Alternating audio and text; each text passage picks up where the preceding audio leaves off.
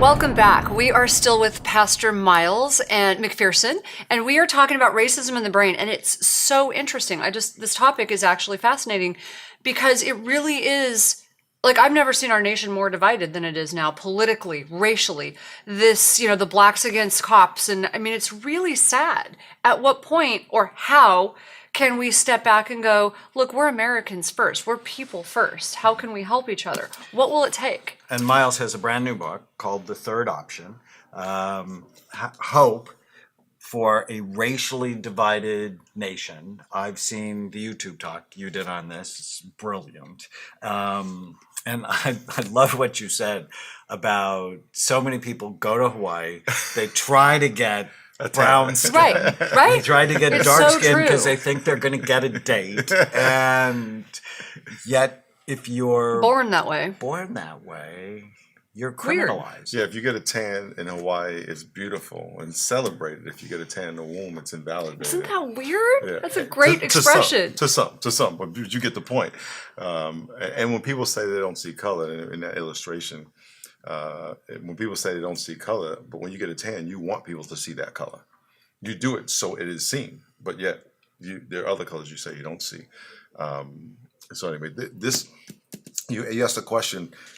This book is about honor, and in every race conversation is about us versus them. You have to pick a side of division that pits you against somebody, and this book is all about how do I honor what we have in common, which is the image of God. And as you know, we're 90-something% genetically exactly the same. We're more similar. 99.7. Yeah, and I put 5, so I'm a little safe in here. 99.7% the same, but yet we focus on how we're That different. 0.3%. Yeah, Point and 0.3%. No, 0.3. 0.3, and even if that's the difference, I mean that even some of that, even what really makes us look different is probably less than that. But this is talking about how has racism destroyed my ability to see you and honor you as a human being. Fear, culture, ignorance, blind spots, not understanding what love is, and how do I restore my ability to honor you and put a priceless value on you as a human being. So what triggered you to write this book? All my life, because I lived in 2 different worlds, and I was born in 1960, so I remember Martin Luther King and the struggle. And listen, when I was a little kid, we had black and white TV, and it was only white. There was very few black, little black on the black and white TV. And when someone black and white TV, we were glued. Like when Michael Jackson was going to come on TV, the world stopped. It was a big deal. So you grow up your whole life in that struggle, feeling inferior, feeling pushed down your whole life. Isn't that interesting? And so when It'd be terrible. went 3 years ago, when I got a chance to write a book, when I put a proposal in, I wrote one of the chapters on racism. It was going to be a book on other things, and race being one of them. And they said, "Would you write the whole book on it?" And I said, "Please, can I do that?" But I've always, every time I got an opportunity to preach on race because something happened in culture, or like when OJ was acquitted and the community the nation was divided, Right. I cried that night. Just the division broke my heart. It's like, man. And it's been a burden all my life. So when I got an opportunity to write it, I said, I want to write a book that's going to solve this, because my church is 20,000 people. We look like the United Nations every Sunday. And I see it every Sunday for 18 years. It's awesome, though. It's awesome. And people can get along. And so I wrote a book to try to provide people tools on how to get along I like better, that. I how to can't be wait to read united. it. It's really interesting. And your church also has a lot of military people. And so I grew up in a very white San Fernando Valley, but I was Lebanese. And at a time When it wasn't the, a good thing. the Arab-Israeli wars were raging. And so I got singled out in a negative way. 1976, I won the California State Champion for peace oratory on our speech team, because I was arguing for a 2-state solution. But whenever I'd go to a tournament where there was a higher population of Jewish judges, they always flunked me. I came in 45th or something. So I grew up with experienced that it. similar but thing. where I really learned about integrating races was when I joined the military that in interesting? 1972, because it didn't matter. You got promoted based on how you performed, not by the color But that of your hasn't skin. always been true in the military. That's Oh, not no, always been it true. certainly wasn't true in World War I or World War II or the Civil War. Yeah, I just don't want to address that because a lot of people are going to be But now, offended, and I think you see that in your church, because there's a high military population in San Diego, is they're all over the board. Yeah. So what will it take for us to focus on someone's character more than their color? Yeah, so this book is all about how to honor the other person, but it starts with honoring me Okay. and acknowledging that I'm made in the image of God, and the image of God in you is not inferior or superior to mine. I can acknowledge the image of God in you. I can acknowledge that you have character, that you have the ability to have a relationship with me, that you have dreams, you have pursuits, you have pain. I need to acknowledge and place a priceless value on my ability to have compassion for you, to understand you, to be patient with you. I have to start with me. What are my blind spots? What are my issues? How am I not seeing you? Because if I don't honor you, when I say honor you, place a priceless value on you, respect you, love you, I'm living below how I was designed to live. So that's on me. So the first thing to do is find out about me. The first 11 chapters of the 18 are all about me. I like that. It's divided by me, you, we. So the first 11 chapters are, what do I need to learn about my fears, my understanding what love is, my understanding of my blind spots, how am I offending people and not know it?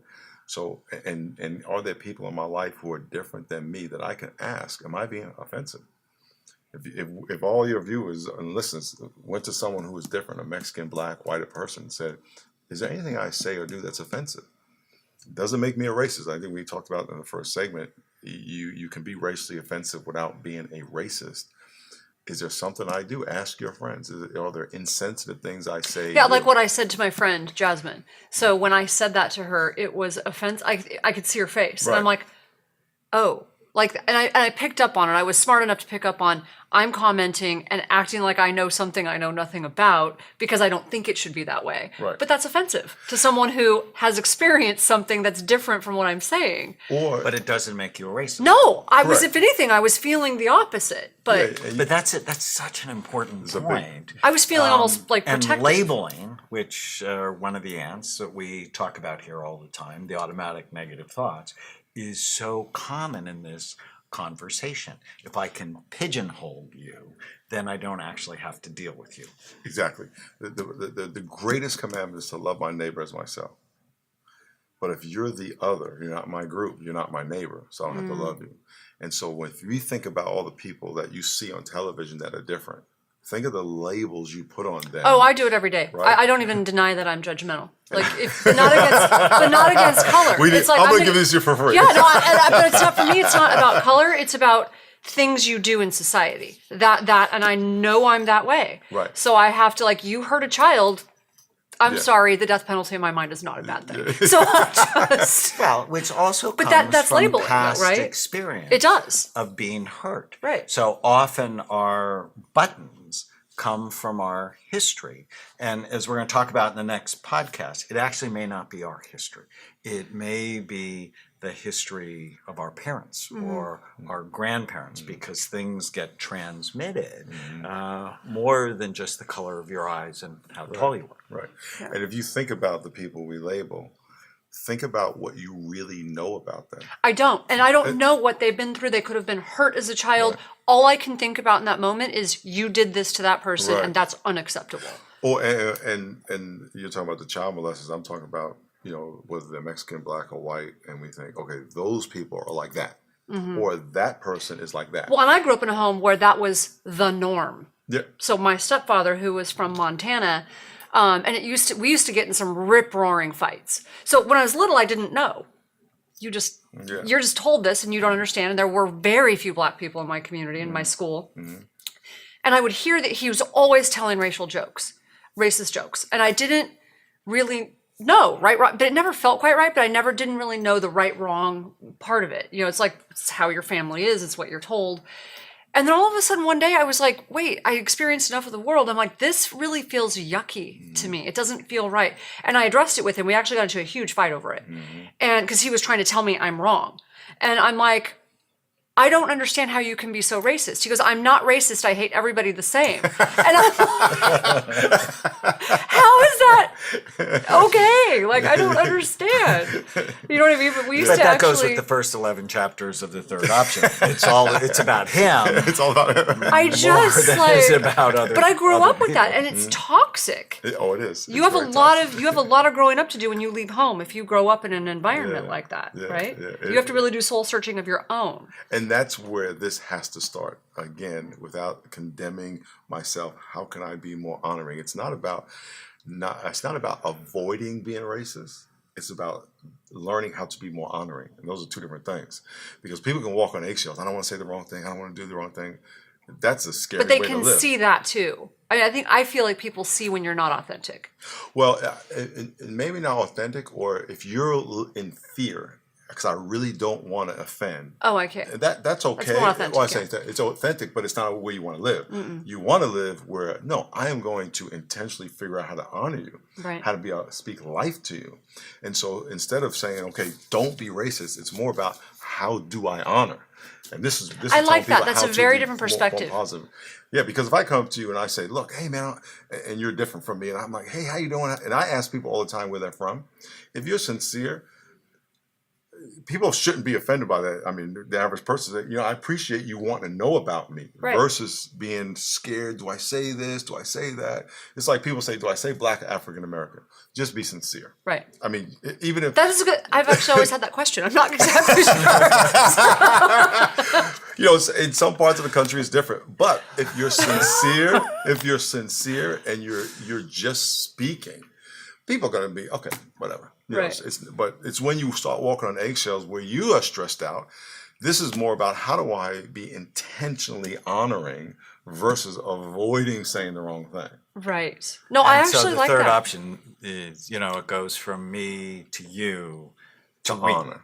To honor. We, right. Yes. The book is me, and then the second section is you, and the third section is we. Now, in every section, it talks about how I can honor. That's really the thread that goes. I really like that. How we can honor. And I have a question, because this is my own question. Happiness. People don't know that when we're connected, we're happy. When we're disconnected, we're in fear and isolated. When we come back, we're going to talk about the brain and racism. Stay with us. Use the code podcast10 to get a 10% discount on a full evaluation at amenclinics.com or on our supplements at brainmdhealth.com. Thank you for listening to the Brain Warriors Way podcast.